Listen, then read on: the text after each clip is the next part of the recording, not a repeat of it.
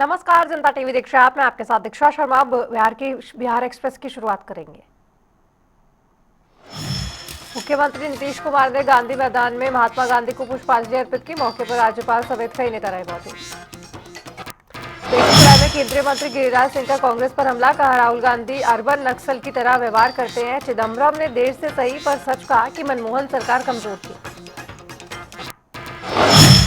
के नेता राहुल गांधी हैं अर्बन नक्सल की तरह व्यवहार करें तो स्वाभाविक है कांग्रेस के लोग भी इसी तरह की बात करें। देखिए, चिदम्बरम साहब ने जो वक्तव्य दिया है बड़ा लेट कर दी।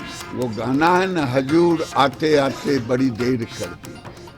काश उस समय उन्होंने कहा है कि भारत की मनमोहन सिंह की सरकार कमजोर सरकार थी, इच्छा शक्ति नहीं था। और वो इच्छा शक्ति इसलिए नहीं था कि पाकिस्तान को कांग्रेस वोट का टूल मानता है, और केवल वोट का, इसीलिए शाहबानो केस में भी घुटने टेका था। मुझे समझ में नहीं आता है देश बड़ा है कि पार्टी बड़ी है कि वोट बड़ा है। बिहार कांग्रेस प्रदेश अध्यक्ष राजेश राम ने मुख्यमंत्री की कैबिनेट बैठक पर कसा तंज। सरकार पर महिलाओं को 10,000 देकर प्रलोभन देने का लगाया आरोप। कहा, कांग्रेस सबको हिस्सेदारी देगी। सीट शेयरिंग का जल्द होगा ऐलान।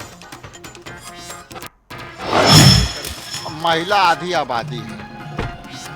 यदि कोई फैसला ले रहा है कोई, तो चुनावी वर्ष में बहुत से फैसले जो है वो महिलाओं को लेकर के या किसी भी विषय पर जो फैसला आज लेने वाले होंगे या लेंगे महिलाओं के फेवर में, तो मेरा सवाल ये है कि 20 साल से सत्ता में पहले ये सब फैसला क्यों नहीं? खास करके ममता दीदी, आशा दीदी, आजीविका और आंगनबाड़ी सेविका, रसोईया, इन लोग के फैसले वेतन पर क्यों नहीं? क्योंकि आज के भी ज़माने में भी इतनी मिनिमम वेजेज में भी लोग जो है काम कर रहा है, उनके लिए क्या कर रहे हैं? बिहार बीजेपी प्रदेश अध्यक्ष डॉक्टर दिलीप जायसवाल ने किशनगंज के रुईथासा दुर्गा पूजा मंडप का किया दौरा। पूजा अर्चन कर लिया आशीर्वाद। विजयदशमी पर प्रदेशवासियों को दी बधाई। साथ ही स्वास्थ्य और विकास की कामना की। आज पूरे देशवासियों को, इसको इधर रखो ना, बिहार प्रदेश के सभी नागरिकों को इस पर रखो। दशमी की हार्दिक शुभकामनाएं। भगवान माता दुर्गा से प्रार्थना है सभी लोग स्वस्थ रहें, खुश रहें और सभी लोग जो है विकसित भारत का सपना को साकार करने के लिए और भारत को नए भारत के रूप में आगे बढ़ाने के लिए। मंत्री गिरिराज सिंह ने कांग्रेस नेता पी चिदम्बरम पर हमला बोला। कहा, कांग्रेस सरकार पाकिस्तान के आगे झुकी। मोदी सरकार ने किया ऑपरेशन सिंदूर। चिदम्बरम को देश से याद आया देश प्रेम। राहुल गांधी समझे या नहीं, उनसे पूछे। कांग्रेस की सरकार, यूपीए सरकार जो थी वो कमजोर सरकार थी। पाकिस्तान के आगे घुटना टेकने वाली सरकार थी। और चिदम्बरम साहब को बहुत दिन के बाद याद आया देश के प्रति प्रेम। अगर देश पर आतंक हो, अगर मोदी की सरकार होती, मोदी जी की सरकार, वही करते जो अभी ऑपरेशन सिंदूर में करते। लेकिन चिदम्बरम साहब, बहुत देर हो गई आपको ये बातें कहने में। राहुल गांधी को समझ में आया कि नहीं, ये जरा पूछ लीजिए। जनशक्ति जनता दल के राष्ट्रीय अध्यक्ष तेज प्रताप यादव ने प्रधानमंत्री और आरएसएस पर किया हमला। केंद्र सरकार और आरएसएस पर देश को बांटने का आरोप। कहा, मोहम्मद लिखने वालों की गिरफ्तारी गलत। मेरे पास भी कुरान शरीफ है, मुझे भी गिरफ्तार करो। सारे धर्म का कदर करना चाहिए। कुरान शरीफ मेरे पास भी है, तो आके गिरफ्तार कर ले। आप क्या मोहम्मद बोलेंगे? मोहम्मद प्रॉफिट को हम मानते हैं, सभी धर्म को हम मानते हैं, राम को भी मानते हैं, सभी धर्म को हम मानते हैं, सब लोगों को लेकर के हम चलने का काम करते हैं। तो मोहम्मद साहब पैगंबर रहे हैं, प्रॉफिट मोहम्मद रहे हैं, उनके लिए रिस्पेक्ट है। अपमान नहीं करना चाहिए कभी किसी को। तो ये देश दुनिया कहाँ जा रहा है, कौन किधर ले जा रहा है, किसके सरकार में जा रहा है, ये भली भांति पूरी समाज देख रही है कि किस तरीके से इसका शासन में, केंद्र की शासन में जब मोहम्मद साहब को लोग आई लव बोल रहा है तो उसको गिरफ्तार किया जा रहा है। तो क्या सोच हो गया, क्या मानसिकता हो गया है देश का। पटना में एसआईआर पर केंद्रीय मंत्री जीतन राम मांझी ने दिया बयान। कहा जो जिनका गलत नाम था, मरे हुए थे, दोहरा नाम था, सब काटा गया। ये वोटर लिस्ट गंगा के जल जैसे पवित्र बनकर आई है और ये जो चुनाव होगा बहुत निष्पक्ष तरीके से होगा।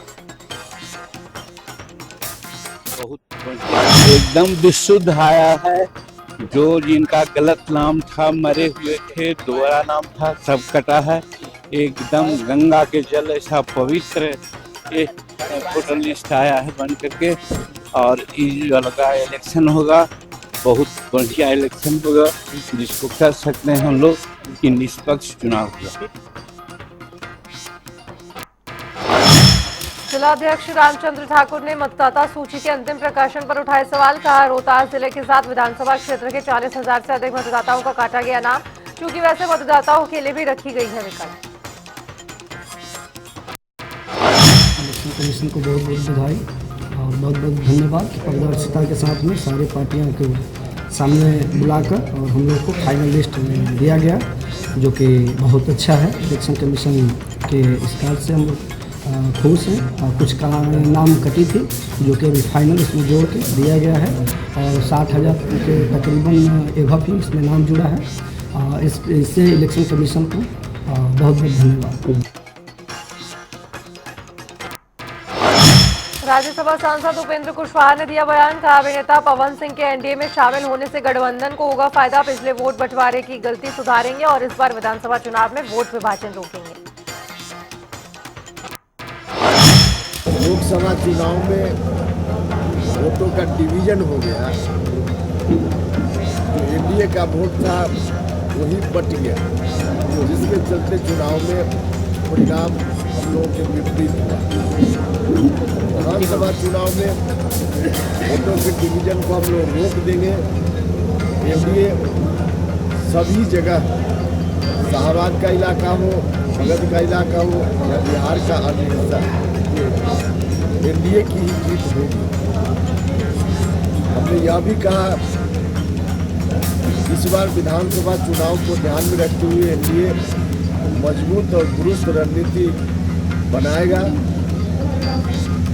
और उस दिशा में हम सब लोग मिलकर आगे बढ़ रहे हैं। एनडीए की जीत को कोई अब रोक नहीं सकता। मोतिहारी में महिला सशक्तिकरण को बढ़ावा देते हुए सांसद राधा मोहन सिंह ने छतौनी में इंडिया पोस्ट पेमेंट बैंक और मिस्कॉट में स्पेशल महिला डाकघर का किया उद्घाटन, जिससे महिलाओं को मिलेगी सुविधा और बैंकिंग सेवाएं। के लोग सौभाग्यशाली हैं कि आज बिहार का तीसरा महिला डाकघर का लोकार्पण हुआ है मिस्कॉट मोहल्ले के अंदर। और सबसे जो बड़ी बात है कि महिलाओं को सिर्फ अधिकार देना नहीं, उनको अवसर देना। तो मैं डाक विभाग को बधाई देता हूं कि महिला सशक्तिकरण के दृष्टि से ये जो अवसर दिया है ये बहुत बड़ा काम हुआ है। मंत्री सुनील कुमार ने दिया बड़ा बयान। कहा आवश्यक और रोजमर्रा की वस्तुओं पर जीएसटी में कमी, व्यवसायों के साथ साथ उपभोक्ताओं को भी मिलेगा लाभ। नवरात्र के पहले दिन माननीय प्रधानमंत्री यशस्वी नरेंद्र मोदी के आदेश पर पूरे भारत में आवश्यक वस्तुओं पर जीएसटी कम होगा। कई वस्तुओं पर जीएसटी हटा दिया गया है, कई वस्तुओं पर 5% कर दिया गया है, जिससे महंगाई पूरे देश में कम होगी। और इसीलिए हम लोगों को जागरूक कर रहे हैं कि स्वदेशी खरीदें और अपने घर का बना हुआ चीज़ अवसर की। देखिए, व्यवसायियों को तो जीएसटी भरना था, ठीक है ना। जीएसटी अगर 18% लगता था, 18% भरते थे, लेकिन जीएसटी भरना भी आसान हो गया क्योंकि दो ग्रुप हट गए, 12% हट गए, 28% हट गए, अब 5% और 18% थी। तो जीएसटी भरने में 28% लगता था, अब जीएसटी का भरना भी आसान हो गया है और खास के उपभोक्ता को बहुत लाभ होगा। मैक्सिमम जो रोज़मर्रा की चीज़ें हैं वो सस्ती हो गई हैं, दवाइयाँ सस्ती हो गई है, मोटरसाइकिल सस्ते हो गए, कम कीमत के जो कार थे सस्ते हो गए, तो जो रोज़मर्रा की चीज़ें हैं वो सस्ती हो गई। उपेंद्र कुशवाहा और पवन सिंह की मुलाकात पर आरजेडी के प्रदेश प्रवक्ता एजाज अहमद ने दी प्रतिक्रिया। कहा, तिनके तिनके को जोड़कर बीजेपी बनाना चाहती है महल, उनका सपना रह जाएगा केवल सपना, क्योंकि बिहार की जनता का विश्वास तेजस्वी प्रसाद यादव के प्रति। बिहार की जनता का विश्वास और समर्थन तेजस्वी जी के नेतृत्व को है, इसीलिए ये तिनके तिनके को जोड़ करके महल बनाना चाहते हैं। आज उपेंद्र कुशवाहा और पवन सिंह की मुलाकात भारतीय जनता पार्टी के नेताओं के सामने हुई, ये बताने के लिए काफी है कि ये लोग काफी डरे हुए हैं। इनको इस बात का डर है कि बिहार की जनता का विश्वास और समर्थन हम खो चुके हैं। बिहार की जनता 20 साल के खटारा और नकारा सरकार से मुक्ति चाहती है। बिहार की जनता विकास की सोच रखने वाले, बिहार को विकास का आयाम देने वाले, बिहार में नौकरी और रोजगार देने वाले, बिहार में पर्यटन और आईटी सेक्टर को बढ़ावा देने वाले तेजस्वी प्रसाद यादव के नेतृत्व पर जो विश्वास और समर्थन व्यक्त कर रही है, उसके कारण भाजपा, जदयू और एनडीए के खेमे में बेचैनी है। और इसी बेचैनी का परिणाम है कि सभी लोग एक जगह इकट्ठे हो रहे हैं और तिनके तिनके का सहारा लेकर के भारतीय जनता पार्टी महल बनाने का सपना देख रही है। उनका सपना सपना रह जाएगा।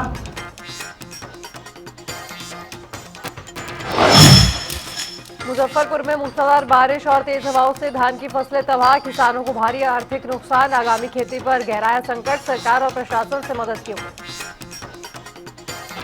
बंगाल के 22 गांव में ग्रामीणों ने कैंडल मार्च कर बुनियादी सुविधाओं की कमी पर जताया विरोध और चुनाव बहिष्कार का लिया संकल्प।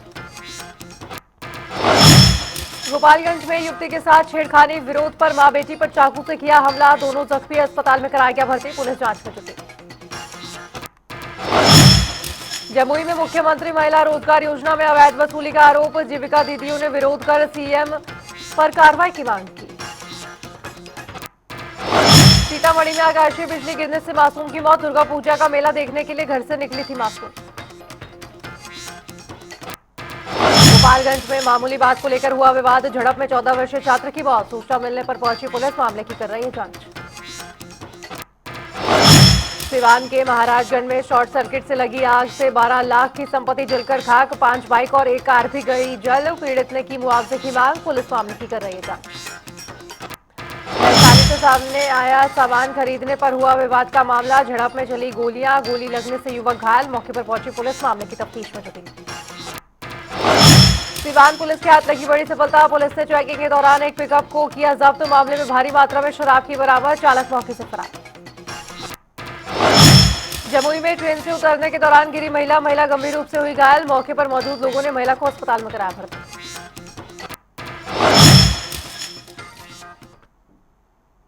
तो वहीं आपको बताया कि बिहार में चुनावी बिगुल बजने से पहले मुख्यमंत्री नीतीश कुमार ने एक बार फिर से कैबिनेट की बैठक बुला ली है। माना जा रहा है कि कैबिनेट बैठक में सीएम नीतीश कुमार बड़ा फैसला ले सकते हैं। विधानसभा चुनाव की घोषणा से पहले नीतीश कुमार की ये कैबिनेट बैठक क्यों है इतनी महत्वपूर्ण, देखिए इस रिपोर्ट में।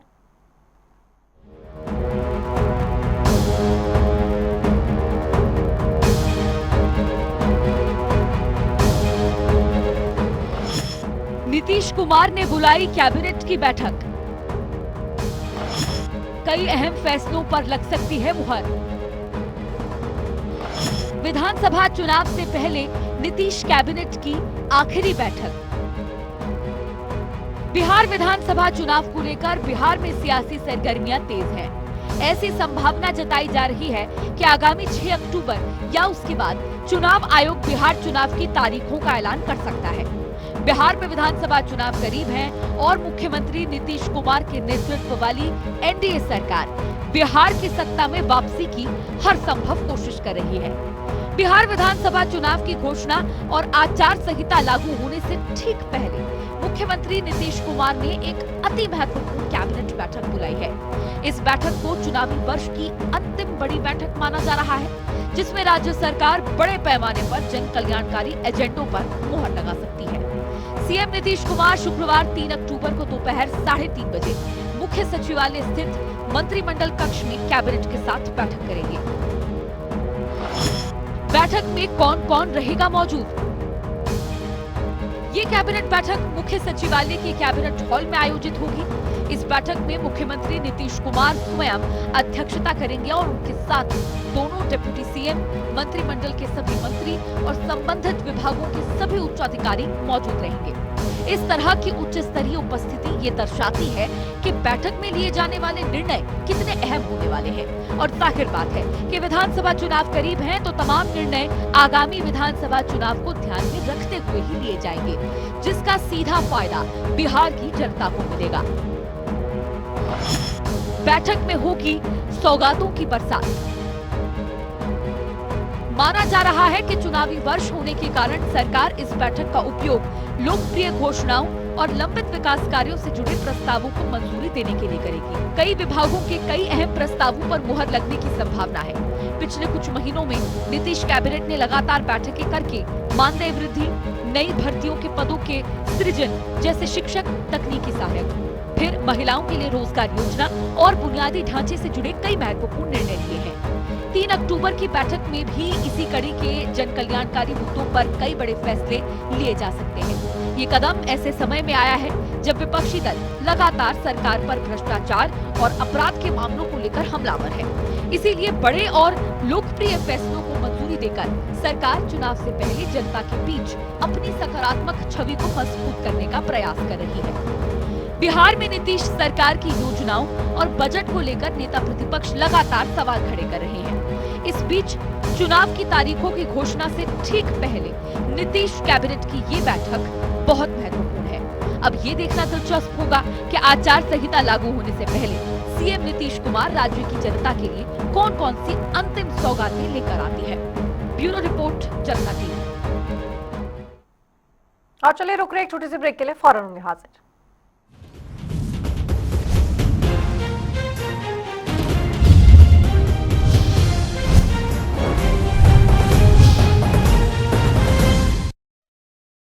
डॉक्टर ऑर्थो ऑयल के रेगुलर मसाज से जॉइंट हेल्थी रहते हैं और अगर प्रॉब्लम बहुत पुरानी है तो डॉक्टर ऑर्थो कैप्सूल्स साथ लेना ना भूलें। अब दर्द भी घुटने टेकेगा।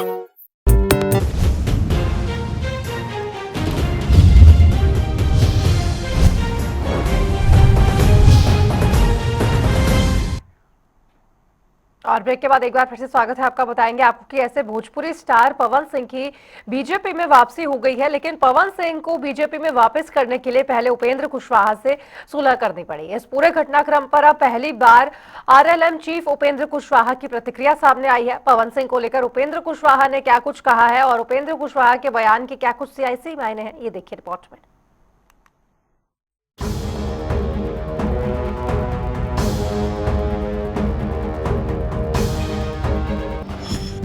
पवन सिंह की बीजेपी में वापसी पर उपेंद्र कुशवाहा का बड़ा बयान। लोकसभा में वोट बढ़ गए थे, अब मगध शाहबाद जीतेंगे। कुशवाहा बोले, हम हमेशा एनडीए के हक में सोचते हैं। भोजपुरी सुपरस्टार पवन सिंह की एक बार फिर भारतीय जनता पार्टी में वापसी हो गई है, लेकिन पवन सिंह की बीजेपी में पलटने की राह इतनी आसान भी नहीं थी। बीजेपी में आने से पहले पवन सिंह को उपेंद्र कुशवाहा से मिलकर पुराने गिले शिकवे दूर करने पड़े। उसके बाद उनकी मुलाकात अमित शाह और जेपी नड्डा से हो सकी और भारतीय जनता पार्टी में आने का उनका रास्ता साफ हो पाया। लोकसभा चुनाव में काराकाट से निर्दलीय लड़कर एनडीए को हराने वाले पवन सिंह की वापसी पर राष्ट्रीय लोक मोर्चा के चीफ उपेंद्र कुशवाहा ने पहली प्रतिक्रिया दी। कुशवाहा ने कहा कि लोकसभा में वोटों का बंटवारा होने से एनडीए का नतीजा विपरीत आया। अब विधानसभा चुनाव में मगध और शाहबाद के साथ ही बिहार के अन्य हिस्सों में भी एनडीए की जीत होगी। राज्यसभा एमपी उपेंद्र कुशवाहा ने बुधवार को रोहतास में मीडिया से बातचीत के दौरान पवन सिंह की भाजपा में वापसी का स्वागत किया और कहा कि इससे एनडीए मजबूत होगा। स्वाभाविक रूप से एनडीए की मजबूती तो मिलेगी ही, इसमें कहाँ कोई दो राय है। भैया एनडीए में जो रहेगा सबके साथ हम दिखेंगे, इसमें क्या है, ये तो कोई उपेंद्र कुशवाहा और पवन सिंह के बीच हुई सुलह। पवन सिंह ने बीजेपी प्रदेश प्रभारी विनोद तावड़े की मौजूदगी में मंगलवार को नई दिल्ली स्थित उपेंद्र कुशवाहा के सरकारी आवास पर मुलाकात की थी। एनडीए में वापसी से पहले भाजपा ने पवन सिंह की कुशवाहा से सुलह कराई। दरअसल लोकसभा चुनाव 2024 में भाजपा ने पवन सिंह को पश्चिम बंगाल की आसनसोल से टिकट दिया था, मगर वो बगावत कर बिहार के काराकाट से एनडीए उम्मीदवार उपेंद्र कुशवाहा के खिलाफ ही निर्दलीय लड़ गए। काराकाट में एनडीए के वोटों में बंटवारा होने से कुशवाहा की करारी हार हुई। पवन सिंह के निर्दलीय लड़ने का असर काराकाट ही नहीं बल्कि मगध और शाहबाद क्षेत्र की अन्य सीटों पर भी हुआ। राजपूत वोट एनडीए से छिटक गया और इन क्षेत्रों में एनडीए को हार का सामना करना पड़ा था। बिहार विधानसभा चुनाव से पहले पवन सिंह की एक बार फिर बीजेपी में वापसी हो गई है। एनडीए के लिए अच्छी बात यह है कि पवन सिंह की वापसी को उपेंद्र कुशवाहा भी एनडीए के लिए अच्छे संकेत बता रहे हैं। कुल मिलाकर बीजेपी ने मगध शाहबाद क्षेत्र में कुशवाहा और राजपूत वोटों का बिखराव रोकने के लिए बड़ा सियासी दांव चला है। चुनाव में दांव कितना कामयाब होगा ये तो चुनाव के नतीजों के बाद ही स्पष्ट होगा, लेकिन इतना तय है कि इस बार मगध शाहबाद क्षेत्र के लिए एनडीए ने विशेष तैयारियां की है। ब्यूरो रिपोर्ट, जनता टीवी। तो वहीं बिहार में कभी भी विधानसभा चुनाव का बिगुल बज सकता है। सूबे में राजनीतिक हलचल चरम पर है और सियासी समीकरण लगातार बदल रहे हैं। एसआईआर के बाद अंतिम मतदाता सूची जारी हो चुकी है और इसी बीच सी वोटर ने अपना ताजा सर्वे के नतीजे जारी कर दिए हैं। इस सर्वे में क्या कुछ सामने आया है, देखिए इस रिपोर्ट में।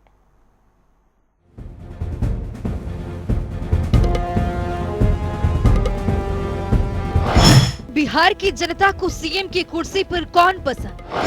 नीतीश, तेजस्वी या प्रशांत? किस चेहरे पर है सबसे ज्यादा दम? बिहार के ताजा सर्वे ने उड़ाए नीतीश और तेजस्वी के होश। बिहार की राजनीति हमेशा से चेहरे और गठबंधनों के इर्द गिर्द घूमती रही है।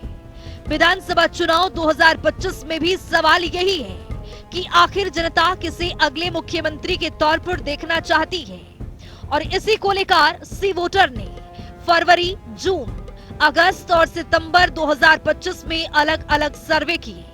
ताजा सर्वे में जो नतीजे सामने आए उन्होंने बिहार का सियासी तापमान और बढ़ा दिया है। ताजा सर्वे के मुताबिक ये चुनाव एनडीए बनाम इंडिया गठबंधन के साथ साथ स्वतंत्र चेहरे प्रशांत किशोर के लिए भी बड़ा अवसर साबित हो सकता है, क्योंकि सर्वे के मुताबिक पिछले कुछ महीनों में प्रशांत किशोर की लोकप्रियता में सबसे ज्यादा उछाल आया है, जो ना ही नीतीश कुमार और ना ही तेजस्वी यादव, या यूं कहें कि एनडीए हो या इंडिया गठबंधन, दोनों ही के लिए अच्छे संकेत नहीं है। क्या बिहार में किंग मेकर बनेंगे प्रशांत किशोर? लगातार बढ़ रही पीके की लोकप्रियता। इस बार के सी वोटर सर्वे का सबसे बड़ा सरप्राइज पैकेज प्रशांत किशोर रहे हैं, क्योंकि बिहार में नीतीश कुमार और तेजस्वी यादव जैसे चेहरों की मौजूदगी के बावजूद पीके की लोकप्रियता लगातार बढ़ती जा रही है। फरवरी में 15% लोगों ने प्रशांत किशोर को सीएम के रूप में पसंद किया था। जून में ये आंकड़ा 16% हो गया है और अगस्त में 22%। सितंबर में सीधे 23% तक पहुंच गया है और उनकी लगातार बढ़ती लोकप्रियता इस बात की ओर इशारा करती है कि जनता उन्हें एक विकल्प के तौर पर देख रही है। उनकी रणनीतिक सोच और नए राजनीतिक प्रयोग शायद बिहार की राजनीति में उन्हें मजबूती से स्थापित कर सकते हैं। सर्वे में नीतीश कुमार और एनडीए के चेहरे। नीतीश कुमार बिहार की राजनीति का सबसे बड़ा चेहरा रहे हैं, लेकिन सी वोटर सर्वे के आंकड़े बताते हैं कि फरवरी 2025 में जहां 18% लोग उन्हें सीएम के रूप में पसंद कर रहे थे, वहीं जून में ये आंकड़ा घटकर 17% पर आ गया है। अगस्त में उनकी लोकप्रियता 15% तक गिर गई है और सितंबर में हल्की बढ़ोतरी। एनडीए के एक और प्रमुख चेहरे चिराग पासवान फरवरी में सिर्फ 4% लोगों की पसंद थे, लेकिन जून में उनका समर्थन बढ़कर 10% हो गया। अगस्त में ये थोड़ा घटकर 9% पर पहुंचा और सितंबर में फिर 10% पर रहा। हालांकि एनडीए के कई नेता और खुद चिराग पासवान ये बात स्पष्ट कह चुके हैं कि अगर एनडीए बिहार में वापसी करती है तो नीतीश कुमार ही एनडीए के सीएम रहेंगे। लेकिन सर्वे के आंकड़े बताते हैं कि चिराग पासवान फिर भी काफी लोगों की पसंद है। तेजस्वी लगातार सबसे आगे। हालांकि तेजस्वी यादव महागठबंधन के सीएम फेस होंगे या नहीं, इस बात की अभी तक आधिकारिक घोषणा नहीं हुई, लेकिन बिहार सर्वे के मुताबिक तेजस्वी यादव सीएम फेस के लिए लगातार लोगों की पहली पसंद बने हुए हैं। तेजस्वी यादव फरवरी 2025 में 41% लोगों की पहली पसंद थे। हालांकि जून में ये गिरकर 35% पर आ गया है और अगस्त में 31% तक नीचे चला गया। सितंबर में एक बार फिर उनकी लोकप्रियता 36% तक पहुंच गई है। राजनीतिक विश्लेषकों का मानना है कि उनकी वोट अधिकार यात्रा, बिहार अधिकार यात्रा जैसी राजनीतिक सक्रियता ने उनके ग्राफ को फिर से ऊपर किया। तेजस्वी यादव का बढ़ता जनाधार ये भी बताता है कि बिहार की राजनीति में युवाओं और बदलाव चाहने वाली जनता का झुकाव अब भी उनके पक्ष में है। बिहार में सीएम फेस के तौर पर तेजस्वी यादव लगातार जनता की पहली पसंद बने हुए हैं, लेकिन फरवरी से लेकर सितंबर तक सिर्फ प्रशांत किशोर एक ऐसा चेहरा है जिनकी लोकप्रियता लगातार बढ़ती जा रही है। प्रशांत किशोर ने बिहार की राजनीति को बहुत दिलचस्प बना दिया।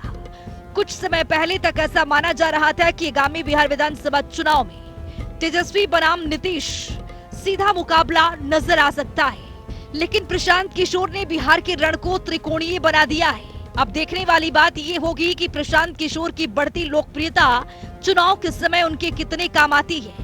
विधानसभा चुनाव के नतीजे आने के बाद प्रशांत किशोर किंग साबित होते हैं या किंग मेकर, या फिर बिहार के चुनावी मैदान में सिर्फ एक खिलाड़ी मात्र बनकर रह जाएंगे, ये तो आने वाला समय बताएगा। लेकिन फिलहाल प्रशांत किशोर ने एनडीए और महागठबंधन सभी की चिंताएं जरूर बढ़ा दी है। ब्यूरो रिपोर्ट, जनता टीवी। और चलिए रुक रहे एक छोटे से ब्रेक के लिए, आप देखते रहिए जनता।